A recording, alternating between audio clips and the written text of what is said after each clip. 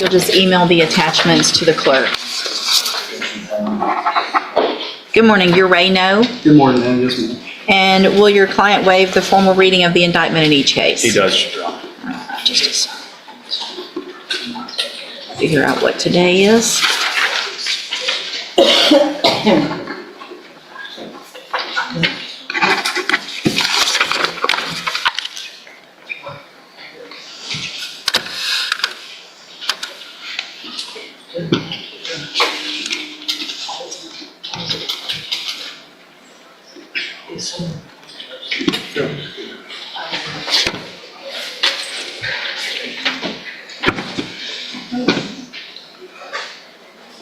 Sorry, can you get in there? Mr. No, in cause number 25, DCCR 0386, you're charged with the second-degree felony offense of intoxication manslaughter with a vehicle from December 11th of 2024. And how do you plead to that charge? Guilty. And y'all have marked here aggravated. What is, Defense counsel put that there. Yeah, well, they charged it as aggravated with a vehicle, I believe. It was aggravating. It's just a garden variety intox. yeah, I'm going to mark that out because I think that might Feel free, have some Different context. context at sentencing that you may not want. All right, so it's, how do you plead to that charge? Guilty. And are you pleading guilty freely and voluntarily? Yes, ma'am. And are you pleading guilty because you actually did what they've charged you with? Yes, ma'am. Your size for a trial.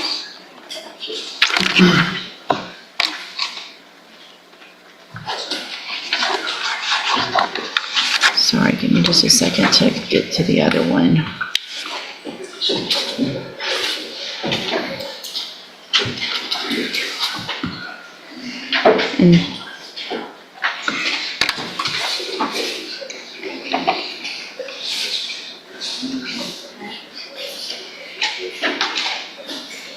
And then in cause number 25, DCCR 0387, you're charged with the state jail felony offense of driving while intoxicated with a child passenger from December 11th of 2024.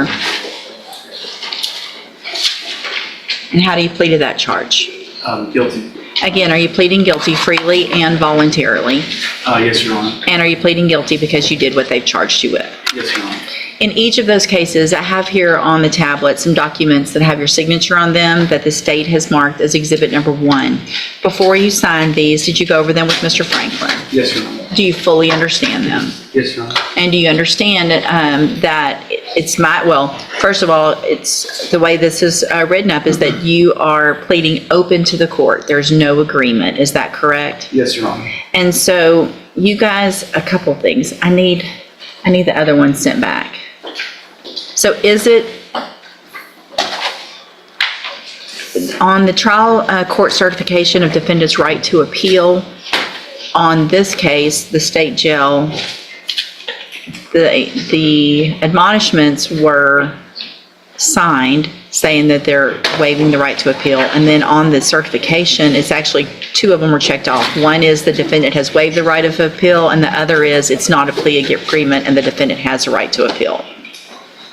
It's not a plea agreement, Right. so that's correct. Okay, so with everyone's permission, then I'm going to erase the check mark on the defendant has waived the right of appeal because it's not a plea, so he will have some right to appeal. Yes, Your Honor. No objection. Also, on each of the paperworks on the post-conviction waivers that you both signed, I will mark that out as well because that's saying that he's waiving his right to appeal. Yes, Your Honor. No Okay, objection. all right, thanks. So, Your Honor, I would note too, I think I had a few stray, I'm a left-hander. I think there's a few other stray marks on there that Okay. I tried to erase and wasn't able to. So Gotcha. if you see those, I apologize. gotcha. But We my hand we taps. understand the left-handed issues up here. Ms. Werner feels your pain on that. Okay, so I want to make sure you understand a couple of things.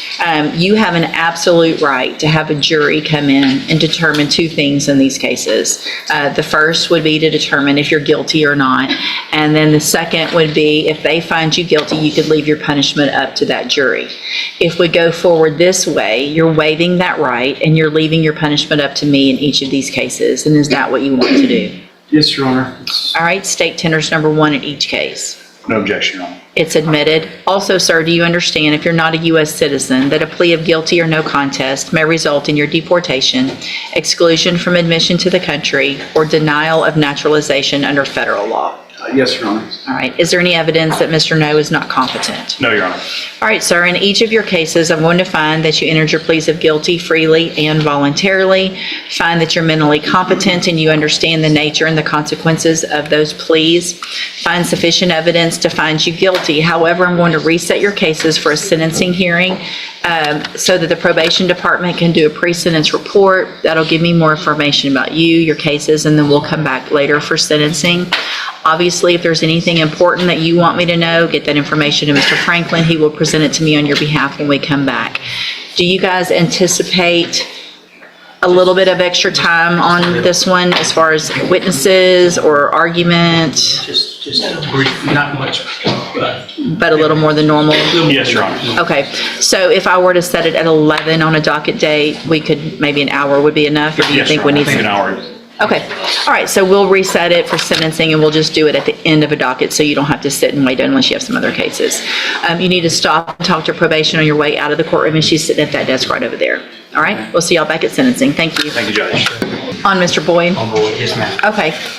Is it It's a a? rejection. Okay.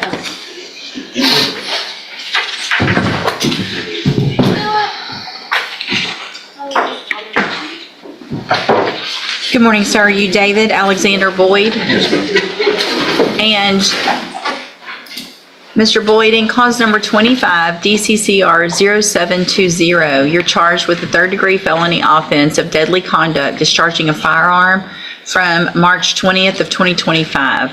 And what that means, sir, is that if you go to trial and you're found guilty, the range of punishment is between 2 years and up to 10 years in prison. Do you understand? Yes, Your Honor. And I'm going to get a plea bargain rejection. What is the offer? The state's offering 10 years, probated for 10 years with a $2,500 fine, standard conditions and no contact with a couple of complainants, as well as stay away from the Little Woodrow's establishment. Sir, There. speak whatever is in your mouth out in that trash can over there.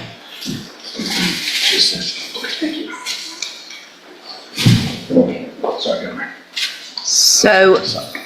So you've signed a plea bargain rejection with your attorney, Mr. Jeffries, and it's going to show 10 over 10, right? That's right, Judge. So it's for, if you wanted to enter a plea of guilty for a 10-year term in prison, that would be probated. You'd be on probation for 10 years. You would be ordered to pay a $2,500 fine to follow all of the rules and conditions of probation. You have every right to reject that and have your case set for trial. I want to make sure you understand today what your options are if you wanted to plead guilty and what your possible consequences are if you go to trial and are found guilty. Do you understand all of that? Yes, Your Honor. And do you want to reject that offer and have your case set for trial? Yes, Your Honor. All right, we'll get it set for trial. Mr. Coleman, is there any reason to believe that that offer would change? Not at all, Judge. So, Mr. Boyd, I want to make sure you understand that after today, I don't accept plea agreements once they're rejected. So unless new information comes to light with your attorney or the district attorney's office, then if you change your mind later and want to enter a plea of guilty, it would be to something different than this or open to the court. Do you understand? Yes, Your Honor. All right, then we'll get your case set for trial and Mr. Jeffries will begin preparation. And if y'all will just send that through, I'll Just see. sign off on it. Okay, perfect. You're free to go, sir. Thank you, ma'am. Larry Fletcher.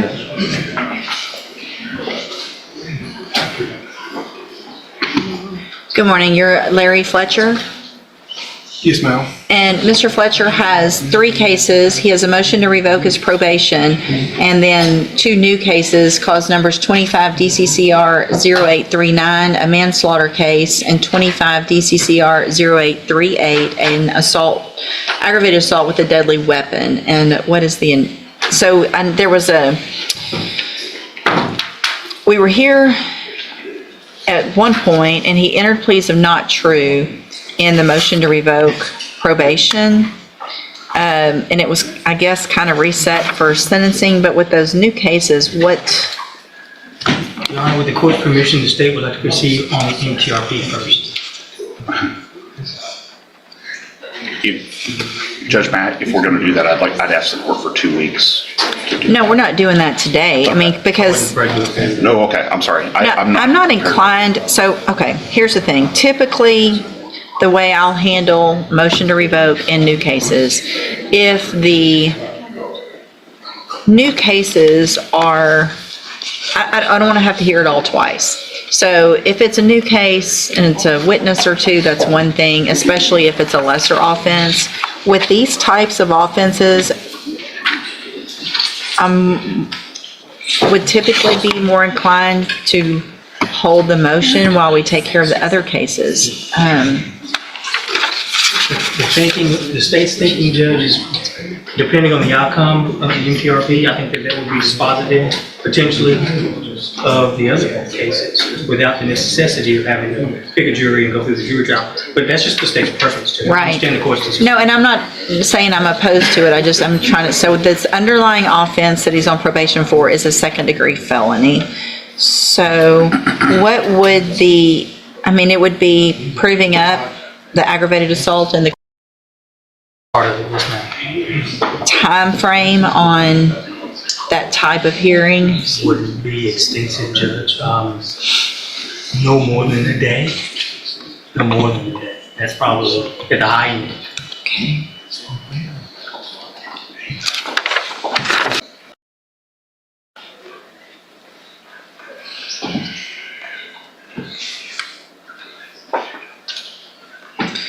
All right, so he's already entered the pleas of not true. So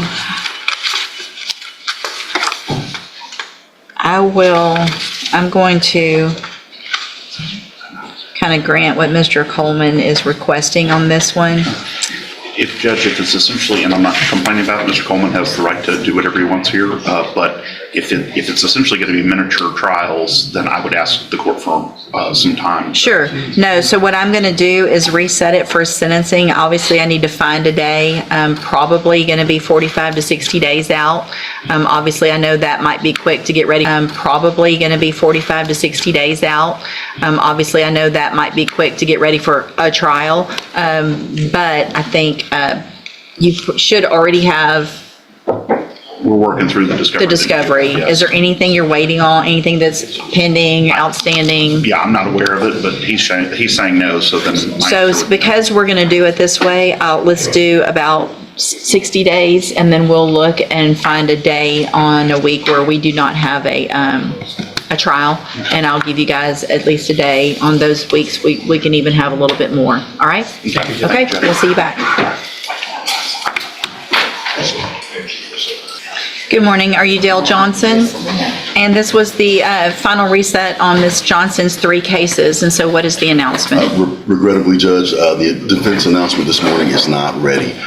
Despite our diligent efforts and the efforts of our expert, who is based out of town, our expert has experienced some health issues that have prevented him from completing his analysis and the report that we need to responsibly rely upon. And we are requesting one short reset to allow our expert to complete his work and his report.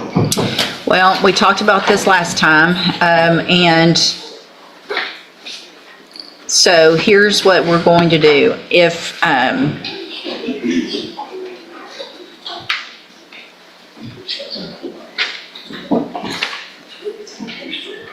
looking back, so it looks like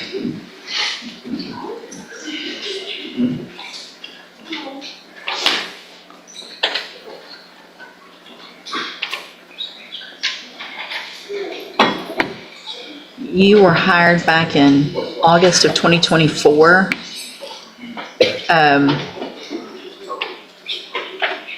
So what you need to do today is a rejection of any plea offer.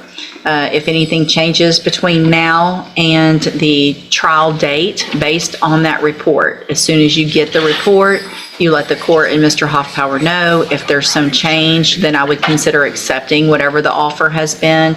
Typically, I don't after there's a rejection, but because of the circumstances, it's time to get this case moved one way or the other.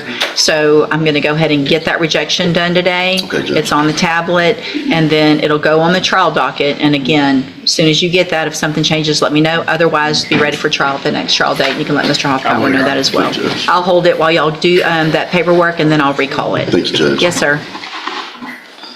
In this intense courtroom session, multiple defendants stood before the judge as life-changing decisions unfolded in real time.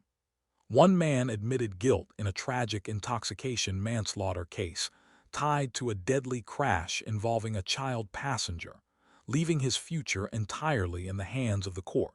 Another defendant rejected a probation plea deal in a firearm case, choosing instead to risk trial and the possibility of years behind bars.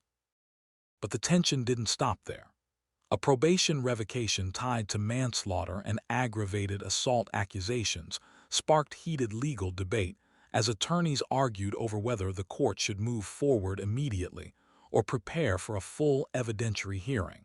Meanwhile, another high-profile defendant requested more time after delays involving an expert witness, forcing the judge to draw a hard line and push the case closer to trial. Throughout the hearing, the courtroom became a place where every decision carried weight. Guilty pleas, rejected offers, delayed trials, and warnings from the bench all revealed the same reality. Once choices are made, consequences begin moving fast. The judge repeatedly reminded defendants that the justice system does not pause forever, and eventually every case reaches the moment where excuses end and accountability begins. By the end of the session, one message echoed louder than anything else. Court is not just about punishment. It is about responsibility, consequences, and the difficult truth that every action can permanently change someone's future. And as these defendants walked out of the courtroom facing uncertain outcomes, the question remained: when the next choice arrives, will they finally